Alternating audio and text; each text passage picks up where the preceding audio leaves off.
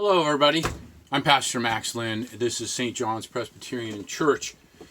Today we're looking at the lesson of the Exodus, the story of Exodus. And one of the great lessons that we get from the Exodus story is that we are not likely to move from an oppressive, stifling situation and go straight in to the promised land filled with milk and honey.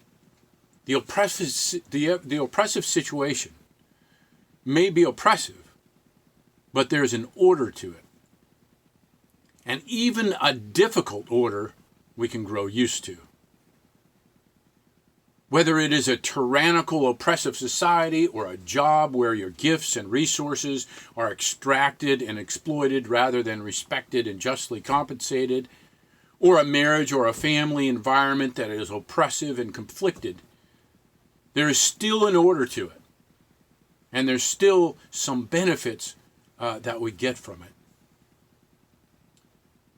So anyway, the Israelites are oppressed and enslaved in Egypt. And they finally bust free.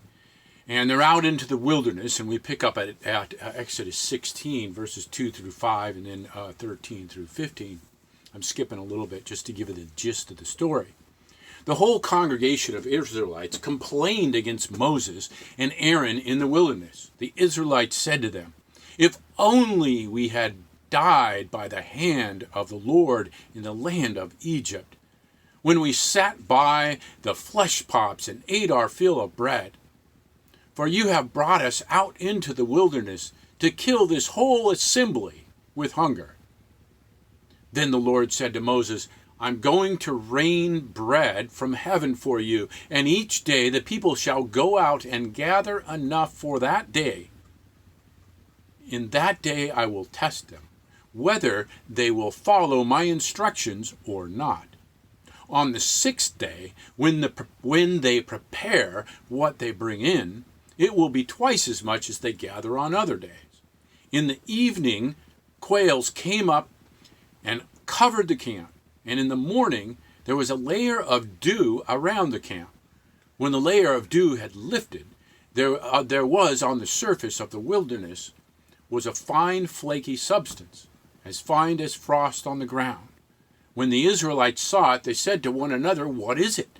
For they did not know what it was. Moses said to them, 'It is bread that the Lord has given to you to eat.'"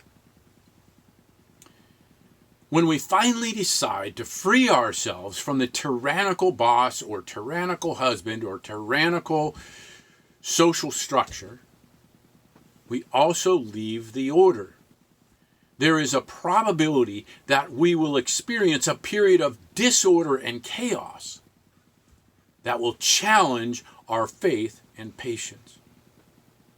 Our story also shows that as we go through the wilderness, a chaotic and troubling time, when basic subsistence issues are seriously at hand, we need to remember to have patience and faith, to trust and work at addressing the day's needs, not just our own, but also those of others.